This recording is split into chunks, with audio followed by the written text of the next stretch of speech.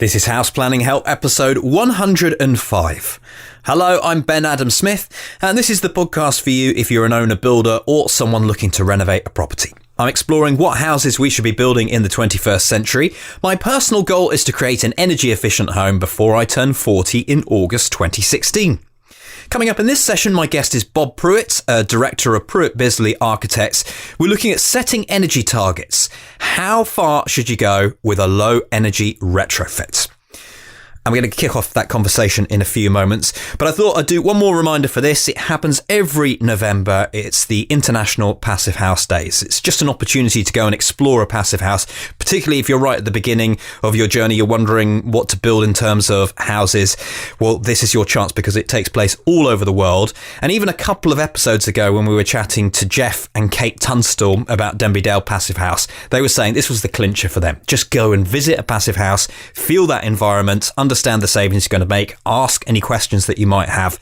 So I'm going to put a link at the bottom of today's show notes, houseplanninghelp.com/105. Bob Prewett, as I mentioned, is a director of Prewett Bizley Architects, and they're a practice that specialise in low energy architecture, doing both new build and retrofit. However, I think Bob has a particular interest in retrofit, as we're going to discover, and that's initially where we start too. I asked him why. The building stock in the UK uses about 40% or accounts for about 40% of UK carbon emissions. About 27% is due to homes, but there's still another big percentage due to other buildings. So all buildings and of all ages too, and all classifications on the planning scale. So from the kind of unloved 1960s to the much cherished Georgian, I think all have their part to play in terms of energy efficiency. How do you define retrofit? Is it renovation? Actually, there's quite a good definition in my partner's book about retrofit, Marion Biley, who did retrofit of dwellings, 20 case studies. And she drew the distinction quite deliberately that renovation and refurb are really usually more about smartening things up and making them look good and dealing with the top 3 millimetres of construction, which I think in the UK you can find people who can provide that top 3 millimetres of stuff quite well. But I think retrofit's much more about getting into the skin of things and sorting things out at a fundamental level, at a building physics level, and ideally an architectural level as well at the same time, and delivering something that's much more transformative. And is it something that is a minefield, really, as a homeowner going into this? You've got your building, or perhaps you haven't, perhaps you're thinking about, well, what do I want to do here? How do you get started? I think it is difficult to the layperson to appreciate at the start how complex things may become if they don't have a clear plan of how they're going to action a strategy. So I think for most people, getting some advice at an early stage and trying to create something like a whole house plan, which identifies sort of where the energy savings might be and also identifies perhaps the risks involved in tackling those issues, is important. And ideally having a clear plan about how you might action those, a strategy to deal with those things, either all at once or over time as a sort of an incremental approach. So I think for the DIYer, you'd need quite a lot of knowledge about buildings, building physics to sort of do things by yourself. You've mentioned a plan. Are all plans equal? Are all plans equal? I don't think so. I don't think all plans are the same. I don't think they're all equal in terms of content. Some plans can be very simple. Some buildings are very simple to solve and sort out. Others, usually as a sort of correlation of their age, usually the older buildings are, the more tricky they are to deal with because their building physics is a bit more complicated, and usually there's many more layers of action over time which create a much more sort of fragmented jigsaw puzzle for us to sort of unpick at the start and then deliver some sort of holistic plan for. So no, I think and each building is a bit of an individual, I think, and one size fits all in retrofit I think is sort of the big danger and where probably a lot of work is going wrong at present. Just before we focus on historic buildings, perhaps, because I know that you've done a lot of work in that area, do you look at all buildings, and I have almost asked this, and think they can be retrofitted, or do you look at some and think they've got to be demolished?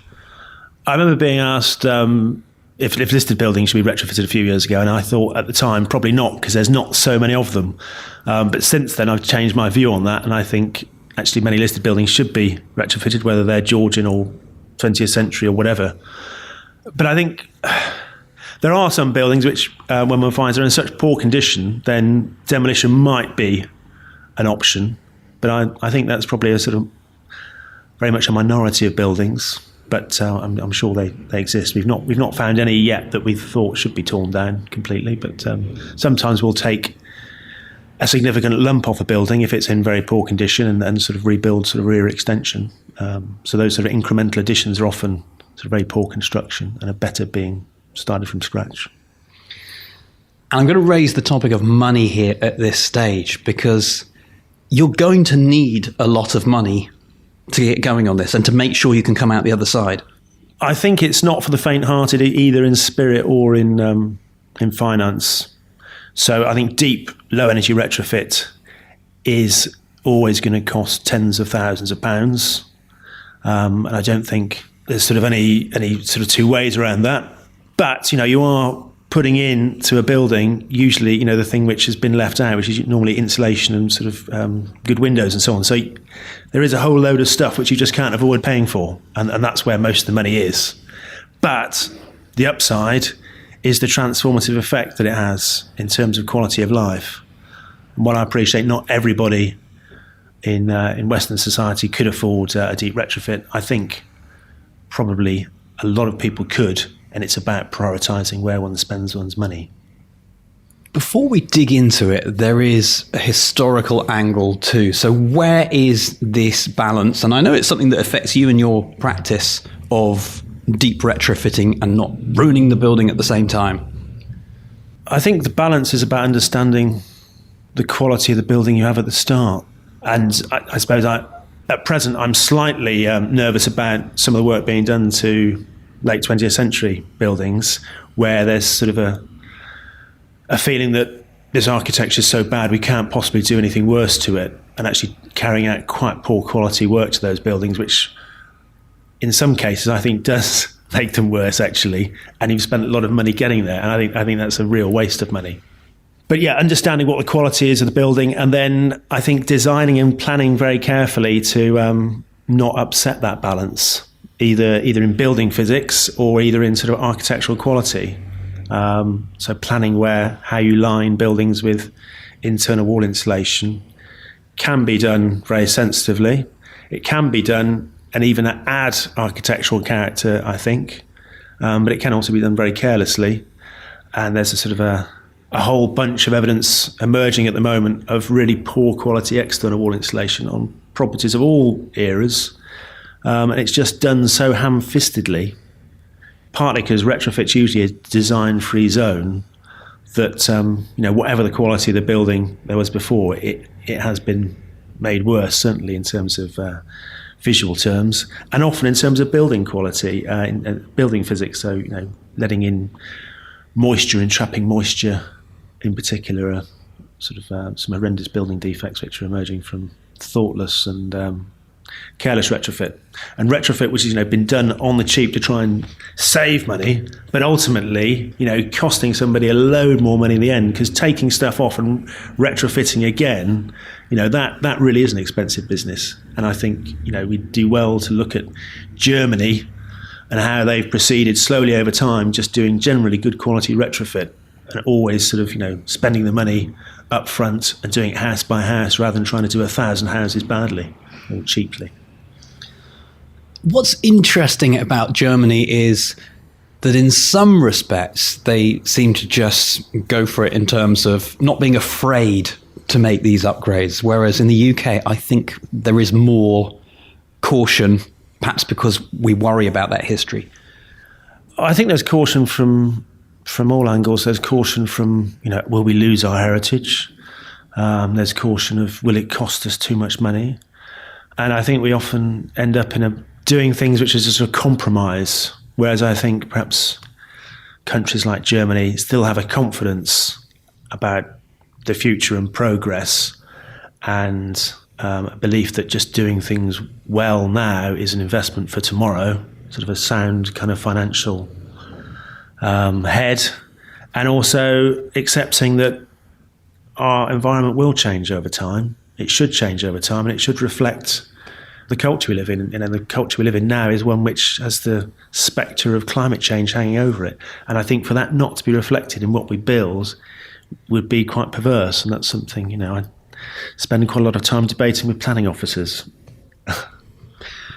I can imagine that's fun. Yeah. Going back to your initial planning and surveying of a building, I wanted to ask you whether you just come up with, we've got a target, this is where we're aiming for, or whether that is a dangerous way to begin. I think the short answer is yes. That sort of approach, I think we probably do consider is a bit dangerous now. I think a lot of people a few years ago, and including us when we started off in retrofit and we were getting knee deep into passive house design and learning from that, there was a bit of a chasing the numbers attitude, and let's be the first passive house this, the first passive house that, without sometimes thinking about the effects that pushing a building that far might have. So can we talk about those quickly? So what do you mean? So trying to drive all walls to a U value of better than 0.15, so that it's going to tend to lead towards very low energy results, or trying to hit 15 kilowatt hours per square metre, or even a 25 kilowatt hours per square metre per year for Enefit passive house retrofit standard, I think actually is very, very hard for most buildings. And some buildings will go there relatively straightforwardly.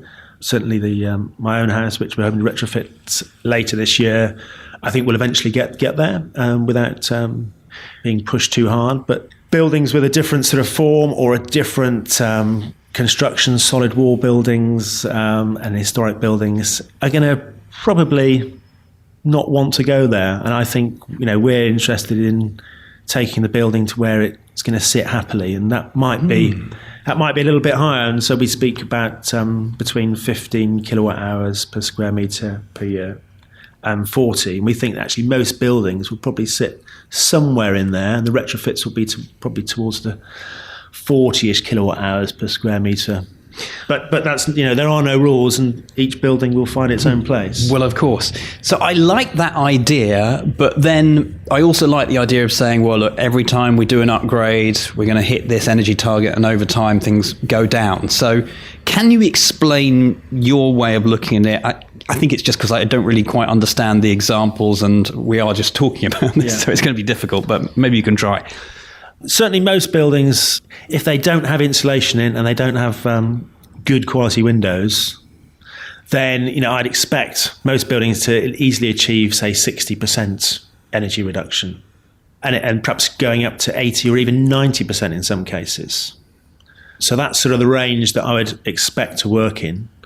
And I also think there are dangers in going in sort of too light on buildings too, because then I think actually it's probably not going to really be an energy saving at all. People will just take perhaps a little bit of comfort out of that, which that can be appropriate for some people.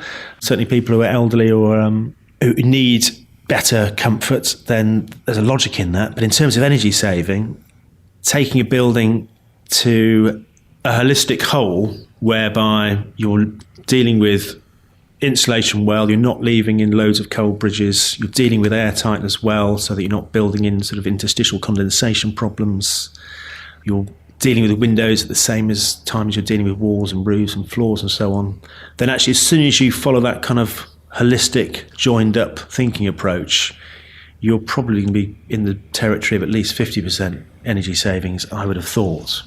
And if you're going to put 20 mil of insulation on the wall, then it's probably economic to put on a bit more, so long as that's not going to cause you sort of internal space planning problems. So, but it's a case of understanding the building as a whole, having a plan for each building element, and understanding how all those elements interact, and work together.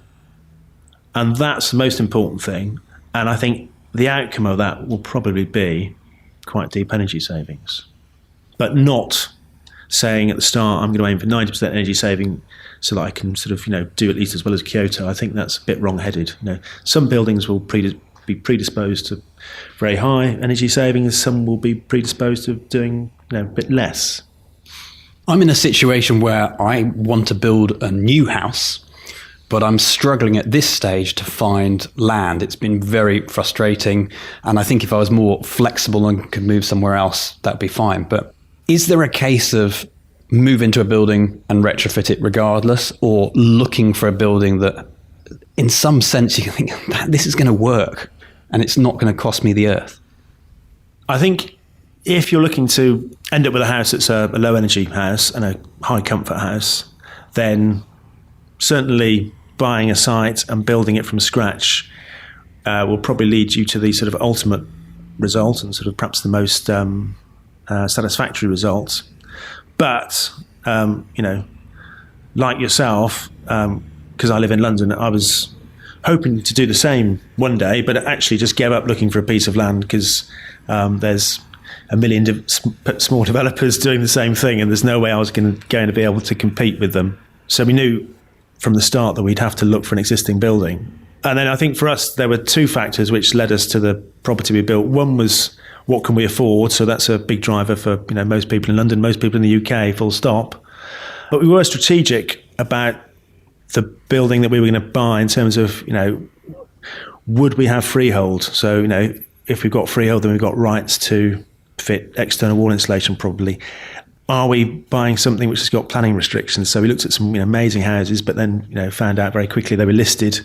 And at that point, I found that very unattractive because I thought any saving measures were going to be very difficult to achieve, and it would be high risk approach. And we also excluded buildings from certain periods of history because the market was just paying too much for them, and so we wouldn't be left with money to do the retrofit. So in the end, we deliberately chose a 1960s little terrace house, which was a bit unloved, and we were able to buy it and have just enough money, we hope, to do a decent retrofit on it. So, and we knew that there'd be sort of planning fairly straightforward, and also the form of construction would be quite simple to do. So we can do a lot of work with cavity wall insulation, for instance, which is a very cheap, very low impact approach.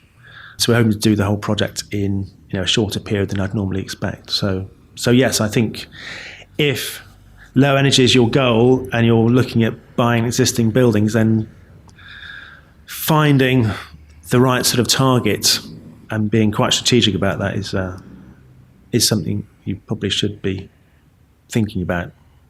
The insulation itself, it can be put on the outside, in the middle, or on the inside. There are downsides with all of those, I suppose. So maybe you could explain that a little bit. And upsides. Okay. Yeah, no, absolutely downsides and upsides. So most people would go for external wall insulation, I think, because it seems like the most simple thing to do and the safest thing to do building physics-wise. So, potentially you can do an external wall insulation job and live inside, so there's very little disruption potentially, and you're cloaking the building and keeping it warm and keeping it dry, so you're much less likely to suffer with moisture problems.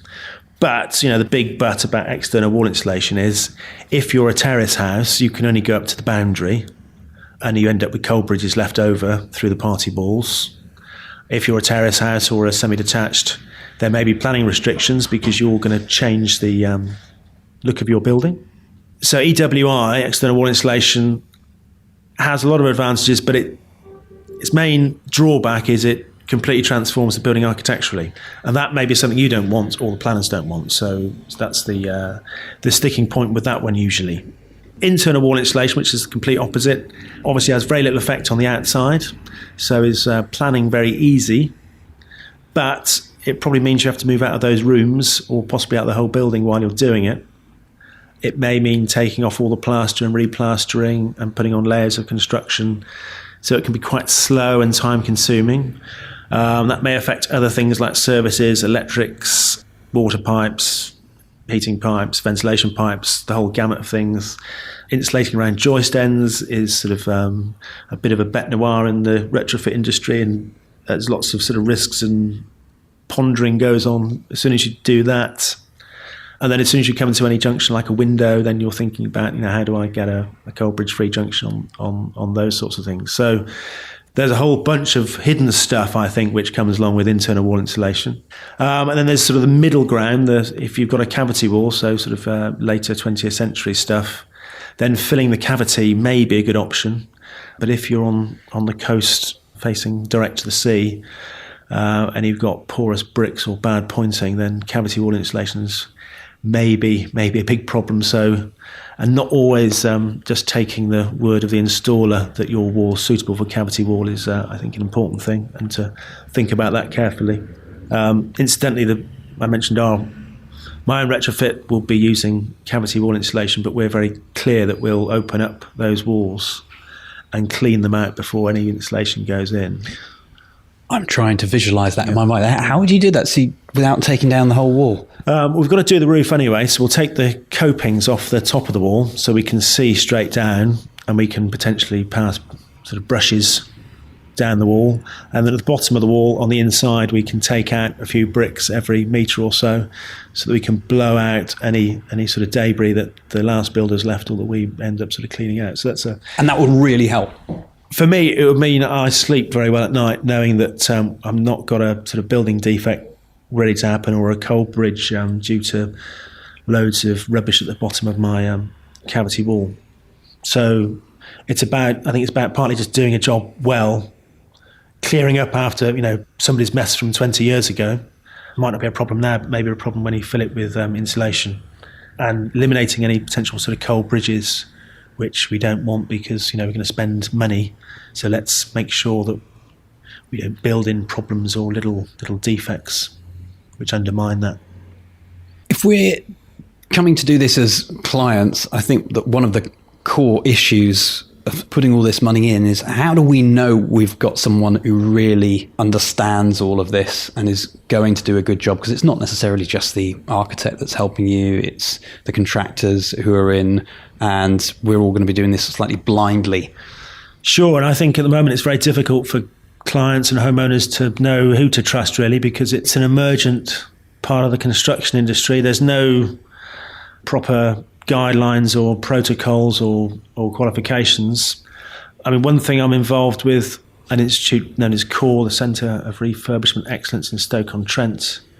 They're producing one of the first training qualifications for something called a retrofit coordinator, which is a term that we dreamt up a few years ago as to somebody who could help nurse a retrofit from start to finish.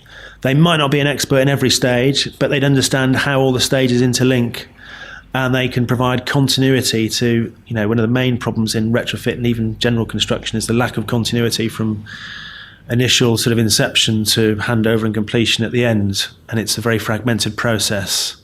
And that can work okay for simple building projects, but I think the complications of retrofit mean that the slippages between the different stages can often mean that what you get at the end bears very little relationship to the bright idea at the start of the process.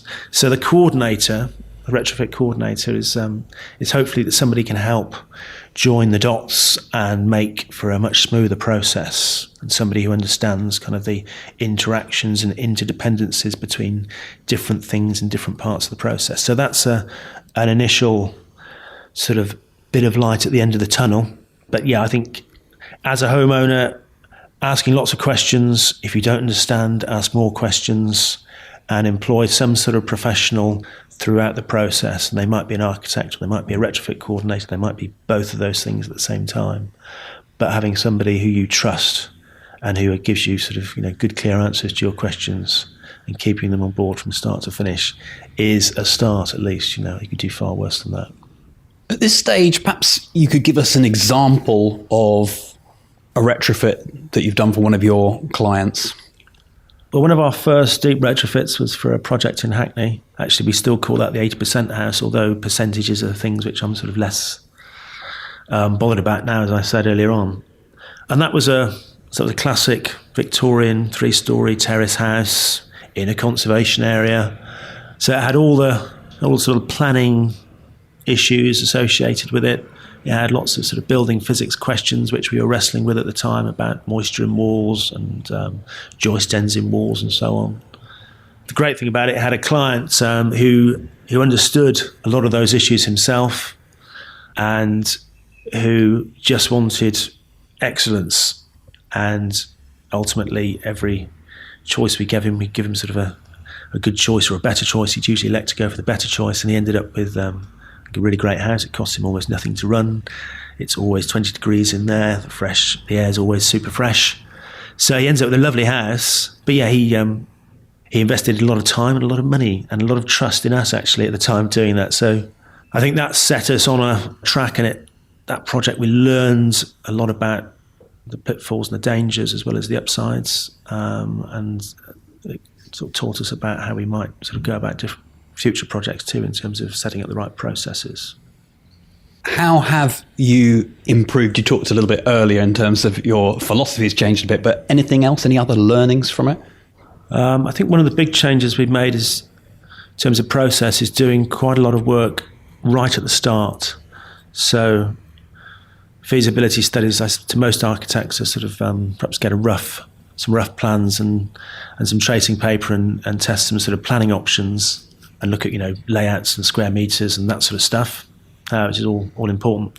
But we're very keen that when we start a project, that as well as having some drawings, we also spend quite a lot of time on site, understanding how the building is made at quite a finite level, and understanding how what defects there may be that existing already, and what other people have done to that building over time, so that any proposal we make, we can quickly see what the interactions are and the complications there might be to the process, or what hidden costs there might be too. So we try and do a building physics appraisal at the start, a planning appraisal, an insulation and whole house sort of energy plan appraisal, and a cost appraisal all at once very quickly. So often quite quick and dirty exercises, but we can give feedback on a number of issues to our client as quickly and as economically as possible, so they can make the right choice as early as possible in the process,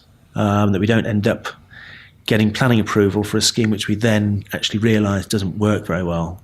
And I think that's probably how a lot of people still operate, because they don't want to invest enough at the start. We're virtually out of time. However, is there anything else that you'd want to chip in that goes in with this conversation that perhaps we haven't mentioned? I think for me, having been doing this for several years now, the big kind of change or eye-opener was when we were in the closing stages of the first retrofit project, the one that I discussed earlier on, the 80% house in Hackney. And the heating system hadn't been commissioned, and it was that terrible winter a few years ago where the snow and the ice didn't clear from the streets for more than about 2 weeks. Even in London, it stayed below zero for quite an extended period of time. And I remember going home every day and actually not enjoying arriving at home because it was very cold. But in the day, in my sort of day-to-day job, I'd go and visit that site. The heating system hadn't been commissioned, and the painters were there doing the final decks.